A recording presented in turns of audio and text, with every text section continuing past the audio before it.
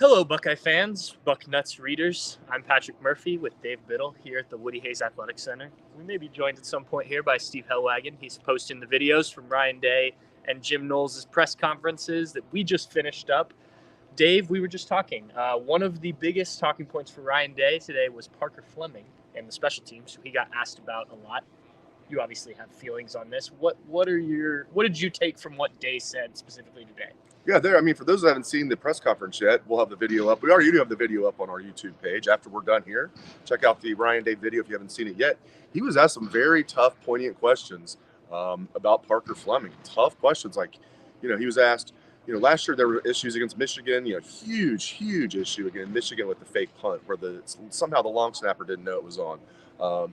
Georgia, they tried to do a fake punt. They had 12 guys on the field. Now, Georgia called a timeout, but the point is Ohio State, another miscommunication there.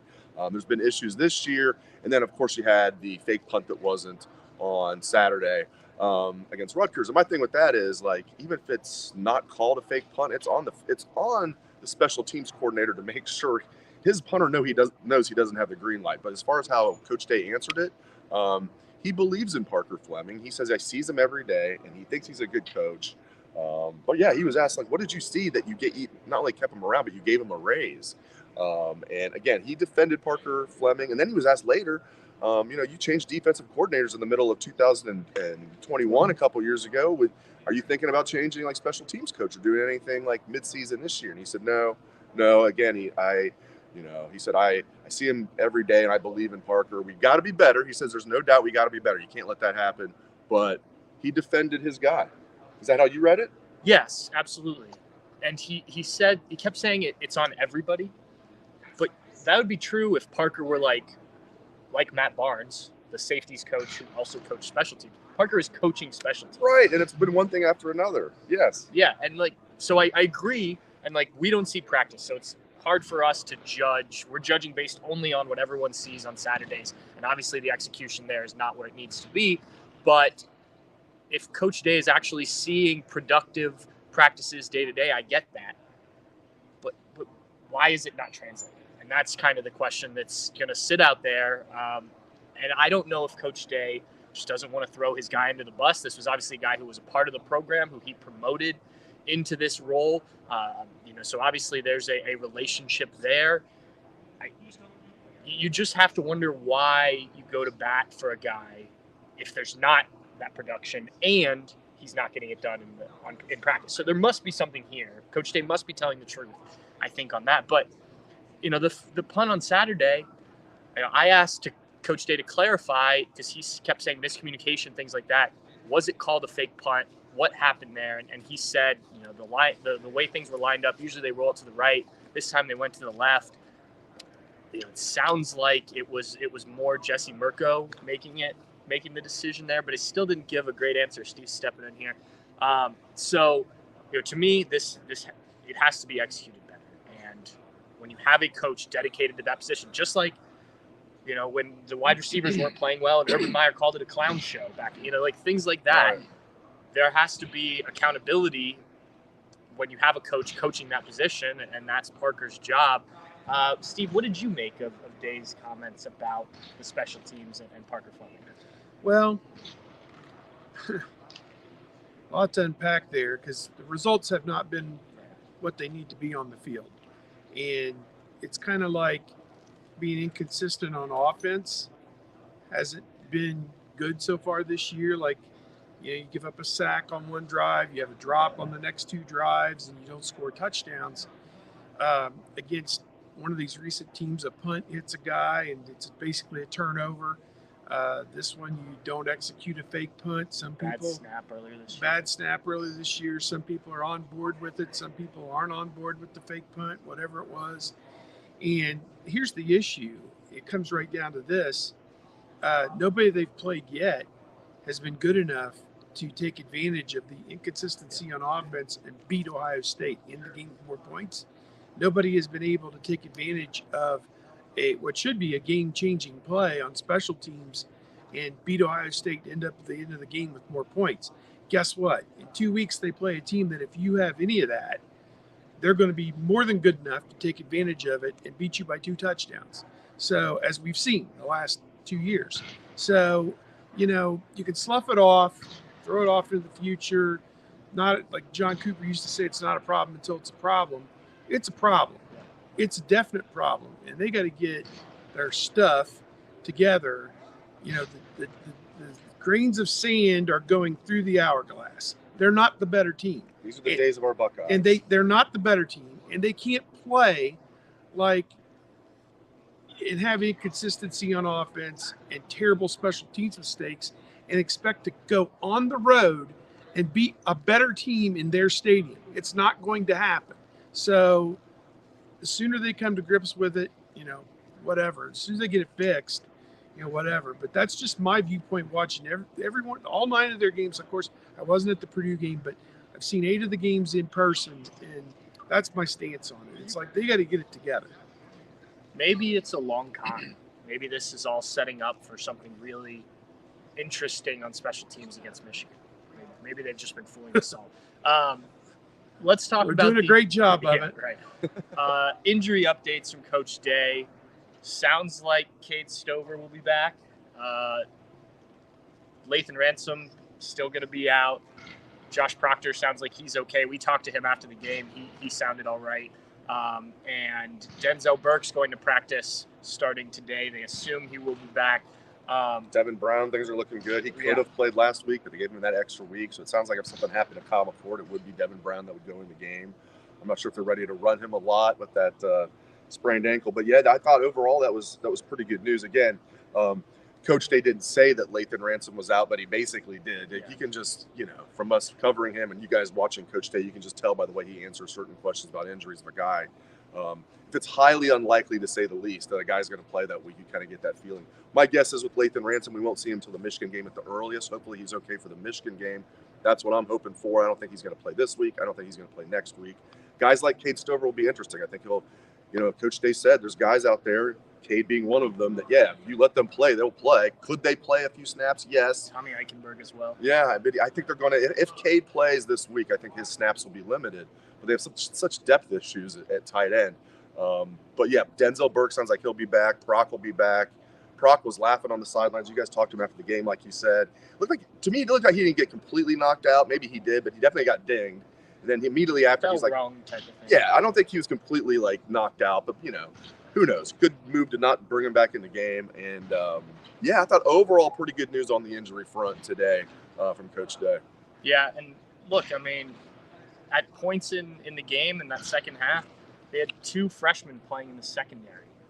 And Jermaine Matthews, who started for Denzel Burke, and Jermaine Matthews and Jordan Hancock. Jermaine Matthews and Jordan Hancock. And and they had Kai Stokes. They had Sonny Styles.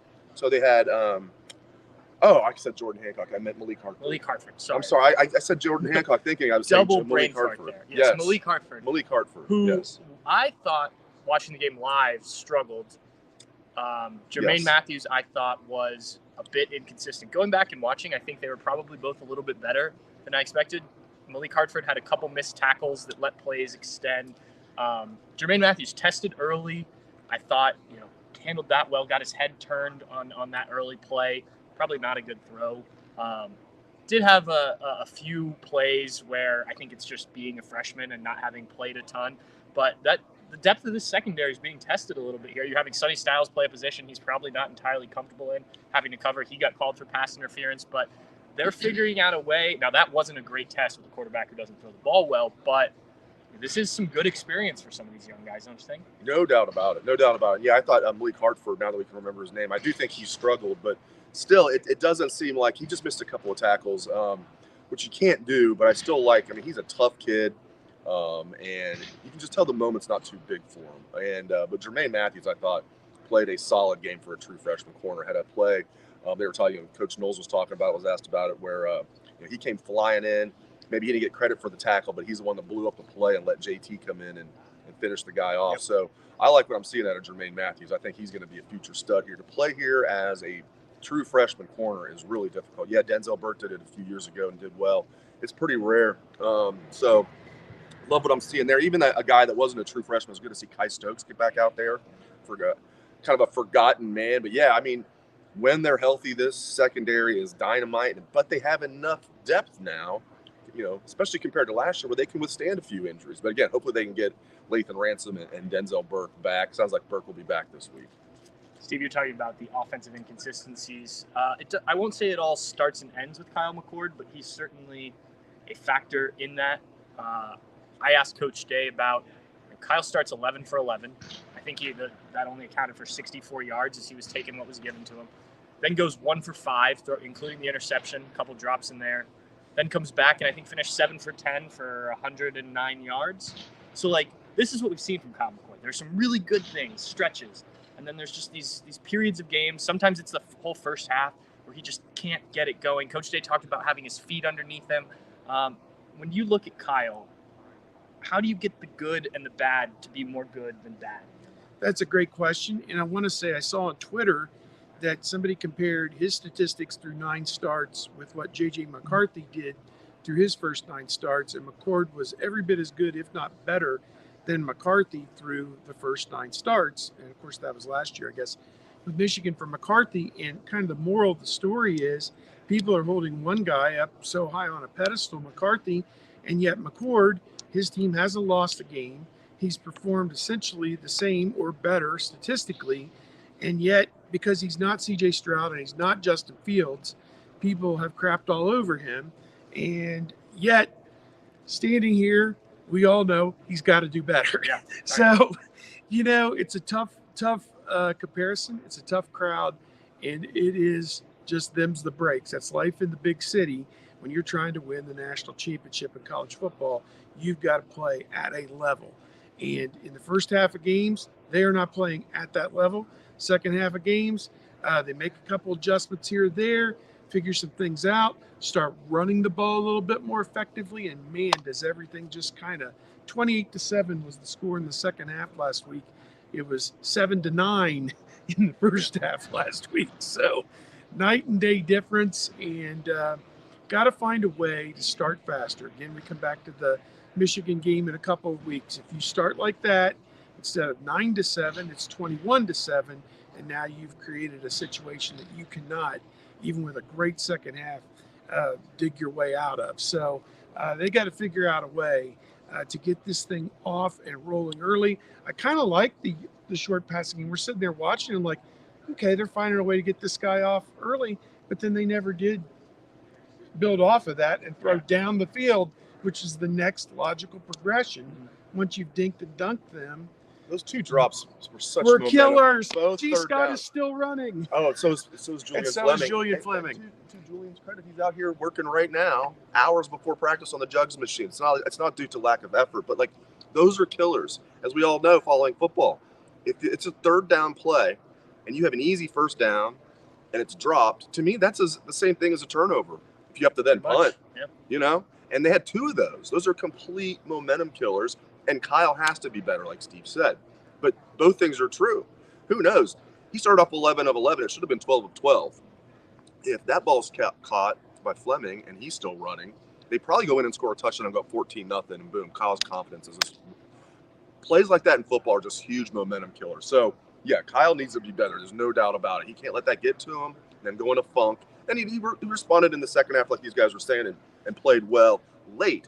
But, man, he's got to be better. But those were 2 huge drops on third down. That would have been first downs both times. Rutgers came into the game number 2 in the country in yards allowed passing.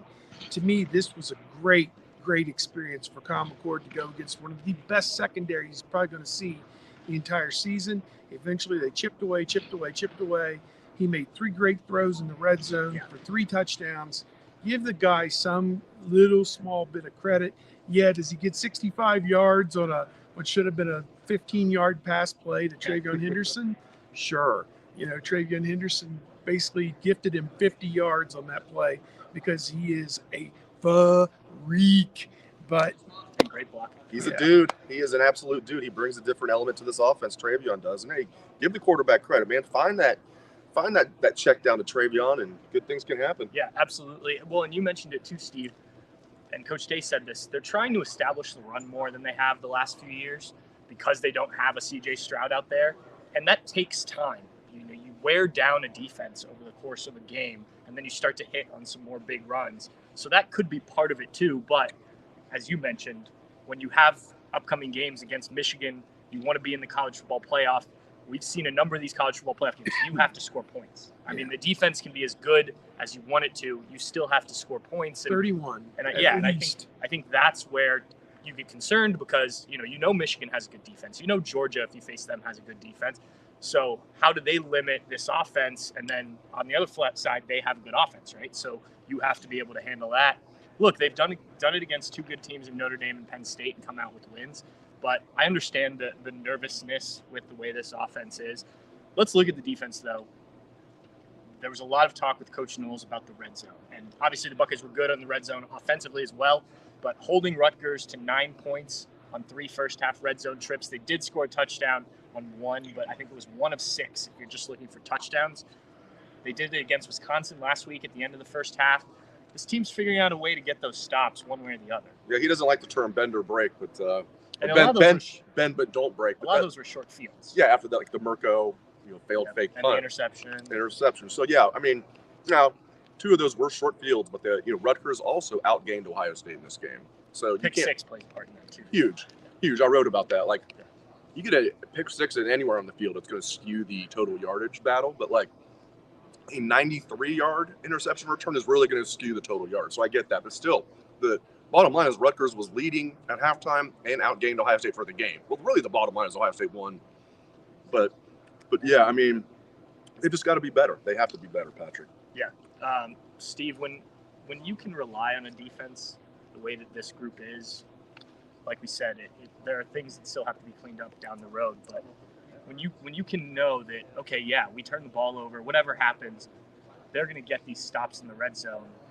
How much of a difference does that? How much pressure does that take off an offense that maybe isn't still hitting on all cylinders? Yeah, I think it is tremendous when you look at just look at what they did in the red zone last week. They held them to 3 field goals, like 20, 21, 23 yards, whatever it was. I mean, that's 9 points they scored. That's a difference of 12 points right there in this game, and points that Rutgers could have put on the board to build some momentum. So to my way of thinking, I mean, you have to give so much credit to that defense for what they were able to do to turn them away in those situations. And you got guys like Tommy Eichenberg and Josh Proctor, Tyleek Williams, who are playing at such an elite level right now, I feel, on that defense. Lathan Ransom was before he got hurt.